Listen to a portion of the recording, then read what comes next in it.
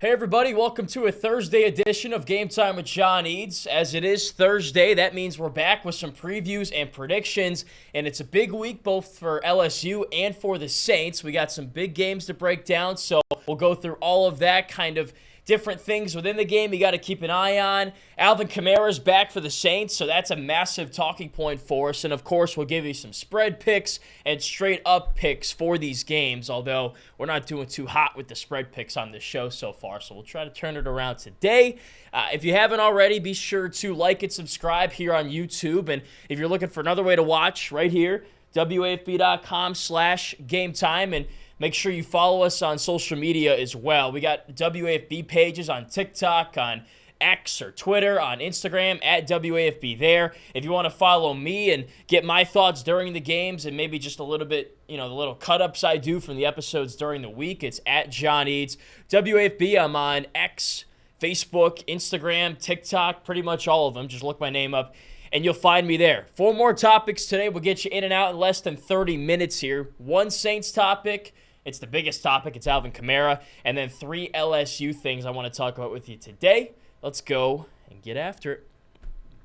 All right, we're going to lead off with the Saints today because this is the biggest news in the state, I think, today and really this week. Alvin Kamara finally back in black and the gold for the Saints, and that's massive because he is going to completely change this offense. What they haven't been able to do so far, Alvin Kamara will fill in those spots and give them the ability to do those things. You'd love to be entering this game 3-0, unblemished.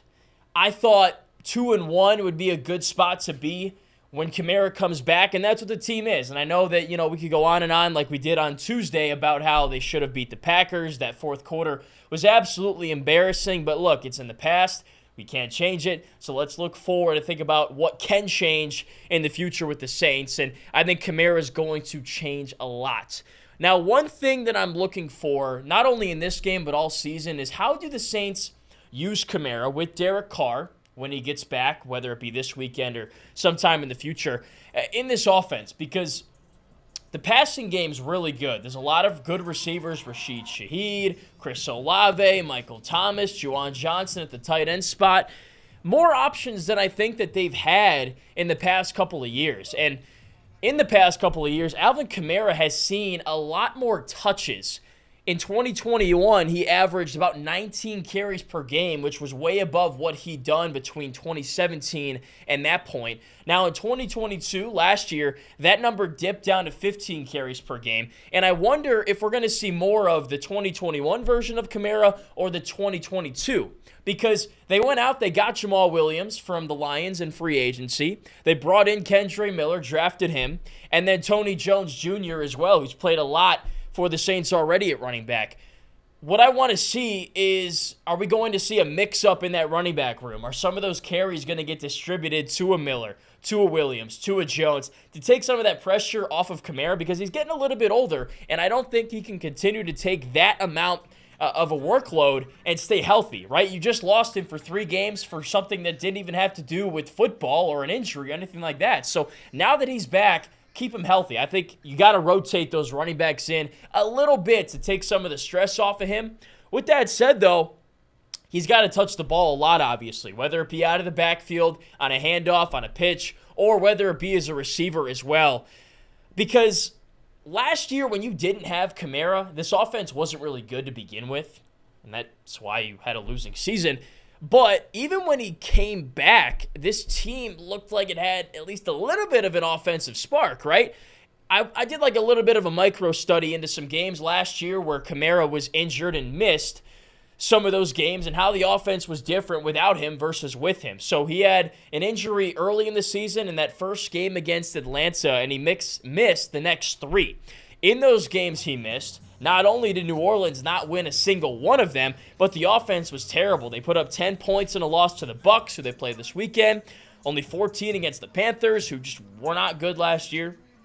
And then 25 better, but still not where you want to be, to the Vikings. In those games, they had about 300 total yards against the Bucs, 84 rush yards against the Panthers, and 338 from a total standpoint against Minnesota. So not explosive offensive outputs. And obviously that's going to happen when you're missing, I would say, your best player on offense. Now, Kamara comes back after that loss to Minnesota. What happens? New Orleans puts up 39 points in a win against the Seattle Seahawks. He carries the ball 23 times, maybe too much, but apparently needed all of them. He went 100 yards on the ground, and he led the team in receiving with 6 receptions for 91 yards, and he led the team in receiving quite a bit last year. He was the focal point of the offense, as he should have been. That's how important Kamara was to the team last year. Now coming into this season, you've already proven you can beat teams that you're on a level playing field with or slightly better than without your best player. You went 2-1, you probably should be 3-0. Now that Kamara's back, this offense, I've said it before, is going to be really tough to stop, and I've got the utmost confidence in New Orleans to win this division purely because of its offense. And, I mean, the defense has been great, too. They're on my fantasy team. I've enjoyed that each and every week. You know, last week, the fourth quarter obviously wasn't great, but there's a little bit more to it than the defense playing bad. So it's a really good team. Derek Carr, we don't know what his status is for Sunday or going forward. The fact that it's not a serious injury is good. So he's questionable right now. They haven't ruled him out just yet as far as I'm concerned as we're recording here on Thursday. So he could play, he could not play. Even if he's out for just a week or two, though, that's a big win because you get him back, then Kamara's back, you're back at full health, you're back at full strength, and I think this offense is going to be very, very tough to stop week to week because of the amount of ways they can attack opposing defenses. Now, as for this game against the Buccaneers, my biggest question is, can New Orleans get the ground game going? The Eagles gashed the Bucs for 200 yards in their win 25-11 against Tampa Bay last week. Can the Saints do the same? I mean, they have the guys to do it. They've got the running backs that they can rotate in and out. Kamara's obviously back. Your offense is definitely slightly worse with Jameis Winston at quarterback than Derek Carr. That's how much he means to the team. But I think the Saints will win this game against Tampa Bay, and I think they're going to cover the 3.5-point spread because I think Jameis Winston can lead this offense. He just needs to be someone that can come in and not screw it up because you've got all those options, all those ways to, scheme against this Tampa Bay defense. Kamara's explosive on the ground. So I think the Saints can certainly win this game. I think they will find a way to run the football. And if Jameis can just not turn the ball over, I know that that's a big if and that's a big question mark. If he can just avoid doing that and not hurt this team, then I think the Saints should win this game, no problem. Back at home, 3.5-point favorites, got the home crowd back with you, and Kamara being back is massive. So I think with the running back, and obviously it will help if Carr plays, I think New Orleans comes back, picks up win number 3 on the season, and beats Tampa Bay. Let me know your thoughts in the comment section. All right, let's flip it over to LSU, and I want to start with this. Brian Thomas is having a breakout season, and that is huge for LSU football. In the summer, we talked a little bit about how I think the Tigers need to find that second receiving option to really unlock and expand this offense to what it's doing right now. And as we talked about on Tuesday, to me, this offense, at least right now, unstoppable. They're putting up over 500 yards, passing for over 340, running for 150 more. They're attacking defenses in pretty much every way you possibly can that's legal in the game of football. And Brian Thomas has a lot to do with that.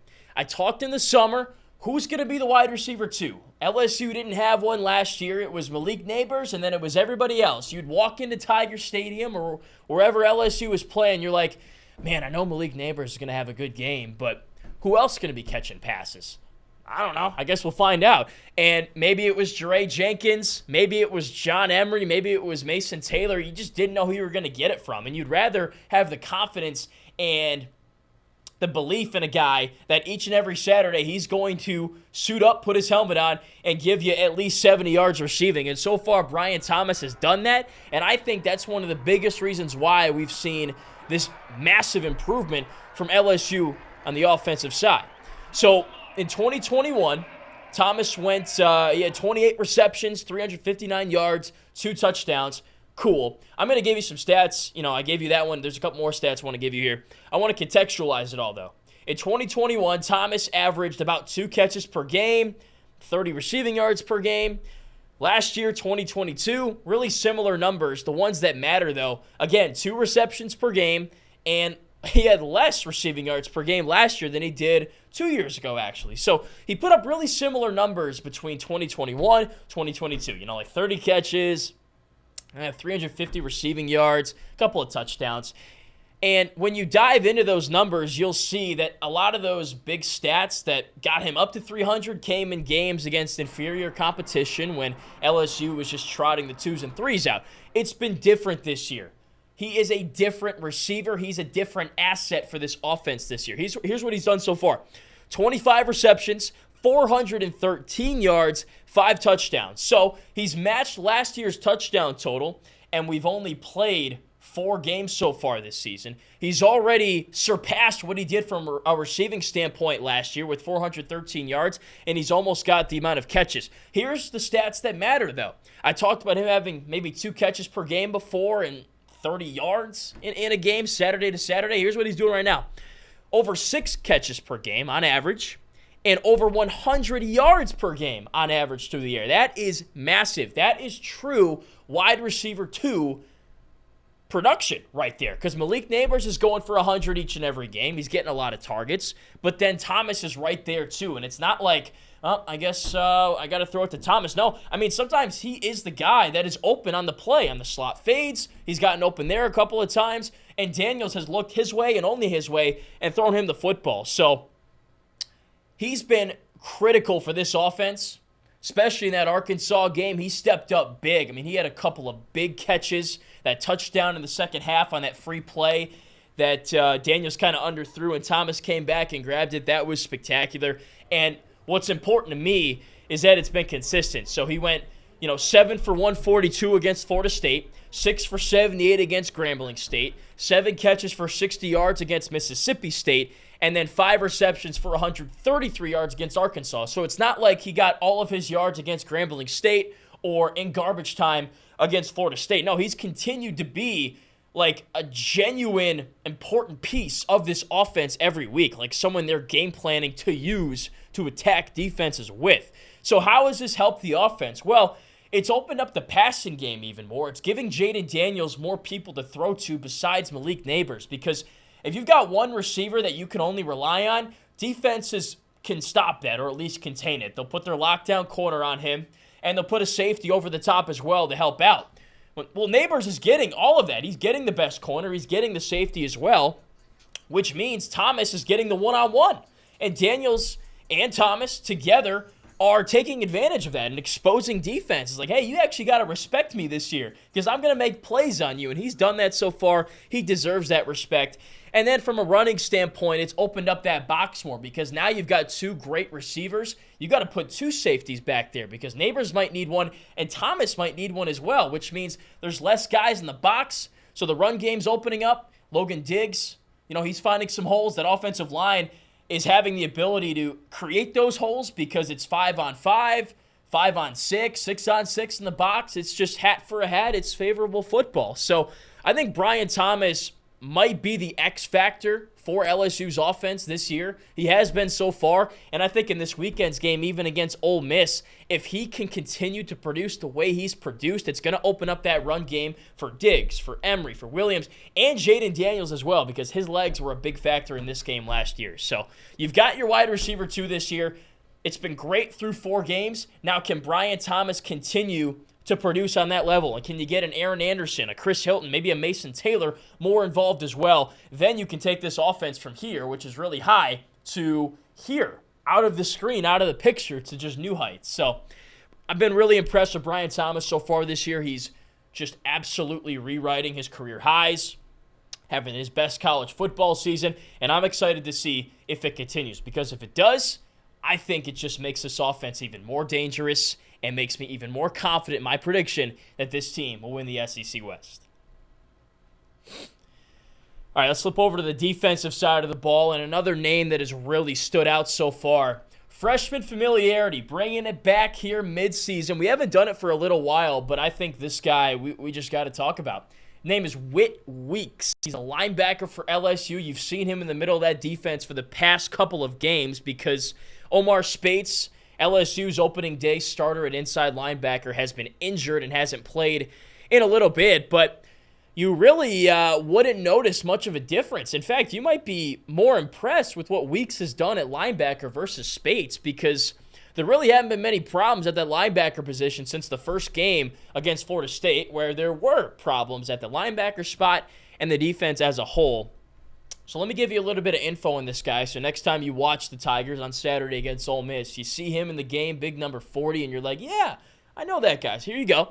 He's 6'3", 222, so big build, good frame, 4-star recruit, and again, a true freshman, top 100 guy from Watkinsville, Georgia. Small town in northern Georgia, only about 3,000 people live there. So small town kid, but, big time football talent. Now, if that hometown sounds familiar, it's because Zach Mettenberger's actually from there. I found that out today. Of course, former LSU quarterback in the early 2010s who put up about 3,000 yards passing in 2 straight seasons, was a good signal caller for the Tigers about a decade ago. So they got that same hometown going on, which is pretty cool.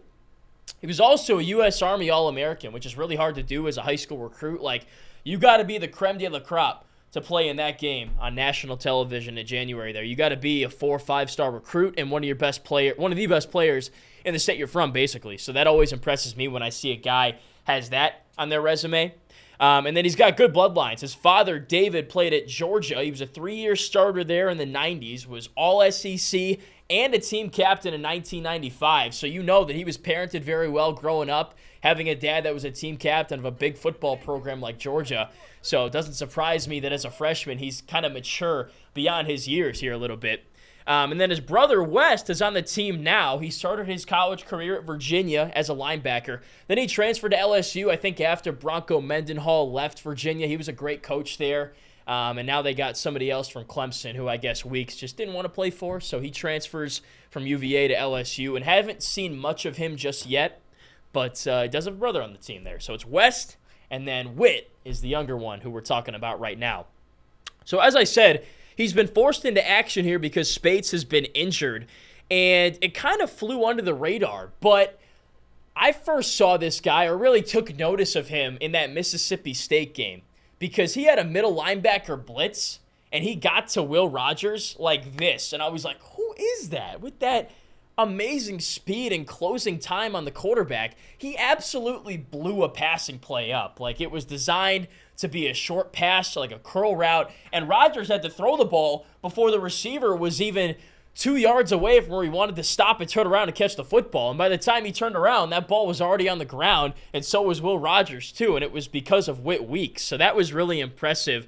What helps is that he enrolled early at LSU, so he's been, practicing and playing and learning the scheme and stuff since the winter, and he said that was critical for him, those March, April months, to learn the defense, get adjusted to the speed of the college game, and he's really gotten a grasp on things quickly, and he's also performing very well, which not many freshmen linebackers do, because sometimes they don't have the build to play, sometimes they don't have the speed to play, and then, of course, the mental side of it as well. He said that in high school, he had like 2 coverages, and obviously when you play college ball, that playbook is like this thick. Like, there's probably 200 different coverages and things you got to know to play defense, and linebacker especially at LSU. So he has just excelled early, and despite all of those things that freshmen challenge with, they haven't challenged him very much.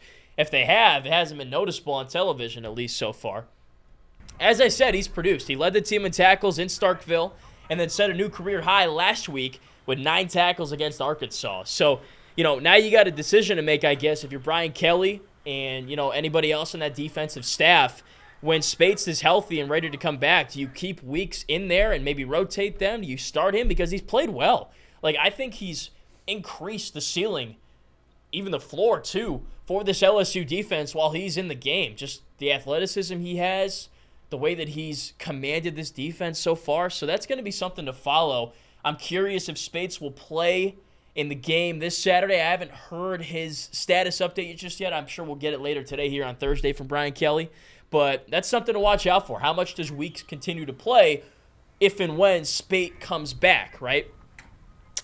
As I said, that middle linebacker blitz was impressive. One other play that stuck out in my head regarding WHIT was the shovel option against Arkansas where KJ Jefferson kind of rolled out left and pitched it inside on a goal-to-go situation.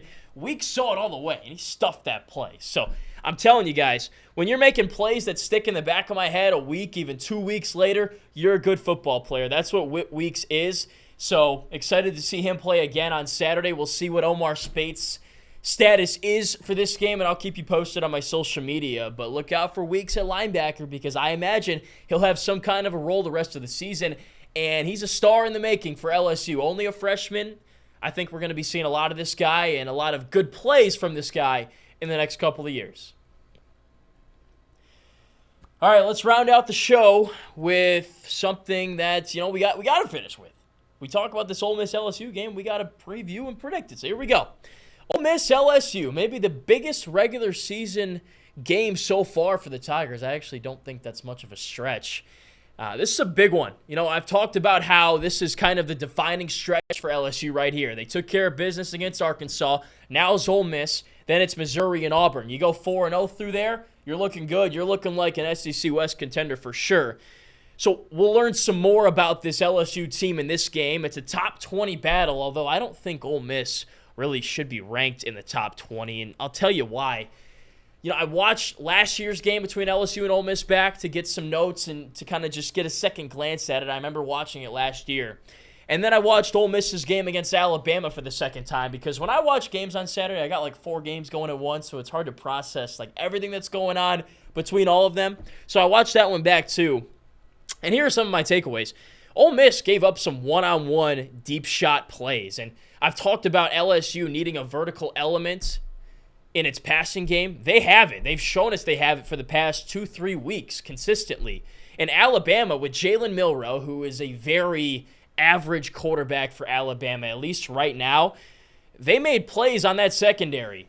And they led to touchdowns. They led to points. And points were hard to come by in that game. Alabama won 24-10. So I think LSU can expose this secondary through the air on those deep passes. Like we talked earlier in the show about Brian Thomas and how he has emerged as a downfield threat.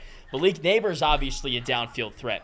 It was a weak secondary coming into the season. They were ranked number 54 as a unit by Phil Steele because they had a lot of guys back that hadn't played a lot, but also when they did play, didn't put up very big numbers. And, when you think about Ole Miss under Lane Kiffin, it's all offense, not much defense. And it seems like that's continuing to be the trend. They took Alabama's D coordinator, Pete Golding, who's, I think, pretty good. But for whatever reason, Ole Miss just can't get the defense right. I don't really understand why. But as far as the offense goes, Jackson Dart is their quarterback again. We saw him last year.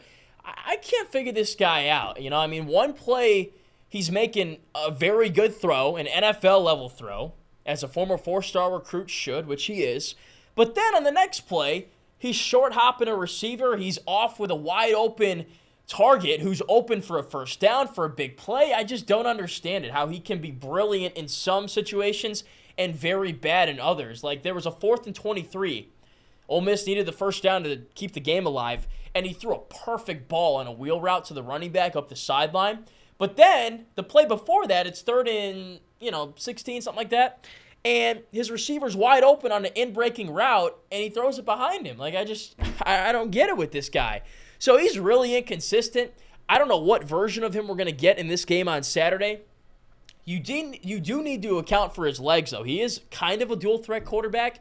He went for over 100 yards against Georgia Tech, and he's shown the ability to use his legs to extend plays, kind of like KJ Jefferson, but he's not the type of talent KJ is. So I really don't think his legs will be that much of a factor in this game. All the film I watched, he doesn't really show the ability to roll out, stay alive, and then find a receiver. More often than not, he's getting tripped up and taken down for a sack. So I don't think that's going to play a big role in this game. Ole Miss has a good offensive line, but it hasn't really shown it so far this year. They've struggled in pass protection. They've struggled in the run game. Quinshawn Judkins, an All-American running back, has not had a, oh, wow, look at that kind of game this year. Like, I don't think he's topped 100 yards yet. Tulane bottled him up. He didn't even get over 50. So if LSU's front can be stout like it has been, We haven't really seen a running back go for big yardage against this team so far. I think they win this game if they do that. So, and then for LSU, in terms of offense, Jaden Daniels was massive with his legs in last year's game. Like, he had 3 or 4 rushing touchdowns himself. He took off on read options. He took off when plays were breaking down and the pocket was collapsing. This year, he's got more options to use, which is nice, but he's still got that run game element. So I think that's going to play a big role in this game, unlike what Jackson Dart can do. Jalen Milroe, Alabama's quarterback, had a lot of opportunities to get out of the pocket and run, but he just doesn't really have it all there from a football standpoint, so he would sit there and then get sacked after waiting for someone to come open for 5 yards. We know that Jaden Daniels doesn't do that. When he sees a lane to run, he goes, and he really goes. Maybe he goes too much. Like, he's taking a lot of contact. Maybe he should slide, but I love the aggression. It's going to be important in this game, I think. What you can't do, as I just said, though, is sit in the pocket for too long, like Milroe did, because Ole Miss's front and their D-line will get to you if you give them enough time to do that. So, all right, here's what I'm thinking for this game. Ole Miss is a 2.5-point dog at home, and sometimes when you see those lines as a bettor, you're like, ooh, I might take that. I don't think so, though. LSU's won 6 of the last 7 matchups. They are the favorite on the road, and that factors in that home crowd, and you get a couple of points for your home field advantage. In fact, I actually have Ole Miss's home field advantage written down.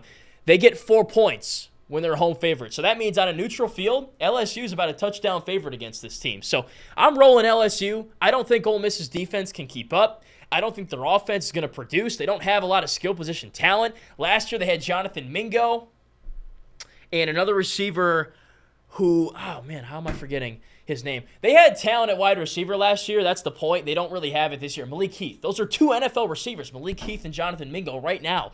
I don't think they have any on this Ole Miss offense. So I don't know why they're ranked in the top 25. They got a good running back, but he hasn't shown he's a good running back yet. The offensive line has struggled.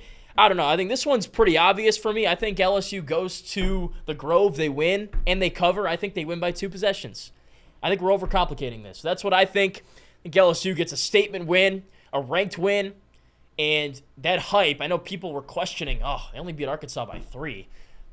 They'll learn this week, I think. Everyone's going to hop on the bandwagon after this one, and we're just going to go and go and go until LSU rolls into Tuscaloosa, and that's going to be an absolute classic. So I got LSU beating Ole Miss and covering, and I don't think it's going to be particularly close, but it should be a great game. And let me know what you think in the comments section. All right, that wraps it up. As I said, Saints win at home and cover, and I got LSU winning and covering on the road as well. We'll be there for this game, so I'll have content on my social media pages throughout my trip, and then even when I come back, I put together like sights and sounds, like a 2-minute video of fans tailgating and the band playing music during the game and things like that. So if that's of any interest to you, be sure to check out my social media pages. And of course, we'll be back next Tuesday for another edition of Game Time. We'll get into LSU's next game and recap this game. So come back and join us next week. You can find our episodes online if you don't want to watch them on YouTube for whatever reason. But if you're on YouTube, like, subscribe, and we'll see you guys next week. Thanks for watching.